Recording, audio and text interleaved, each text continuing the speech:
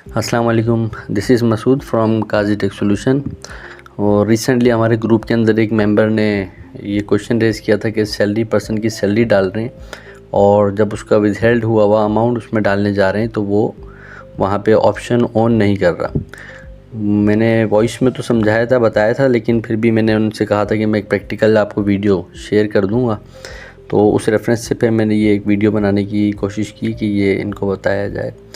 एक क्लाइंट की सैलरी है 521950 जो रिफ़्लेक्ट कर रही है MIS के अंदर 521950 521950।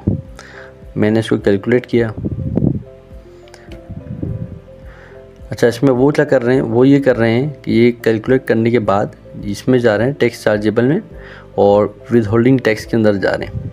अच्छा, जब जा रहे हैं तो यहाँ पर ये अमाउंट 521950 आ रही है और सेक्शन को वो ऑन करके यहाँ पे कह रहे हैं कि वो यहाँ पे ऑन नहीं आ रहा 149। अगर मैं 149 यहाँ डालूँ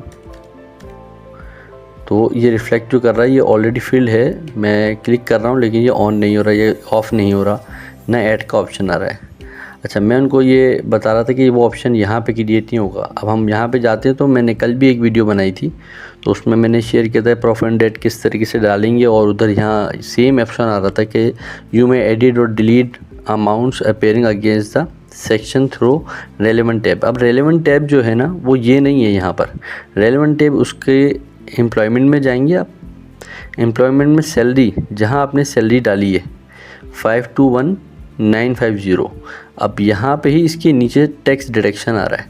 अब टैक्स डिडक्शन में जब आएंगे और इसकी एडजस्टमेंट में आएंगे तो यहाँ पे ये ऑप्शन दिया हुआ सैलरी यहाँ पे आ रही है 149 का क्लॉज, यहाँ पे सेक्शन जो है ना ओपन हुआ हुआ है और यहाँ पर उसका टैक्स डाल देना है।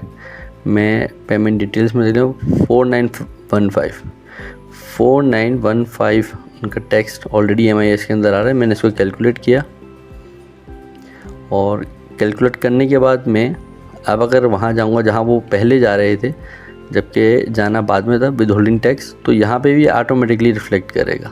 तो यहाँ सेक्शन में जाके ओपन करने की ज़रूरत ही नहीं, फिर वो यहाँ पे रिफ्लेक्शन ऑटोमेटिकली आ जाएगी।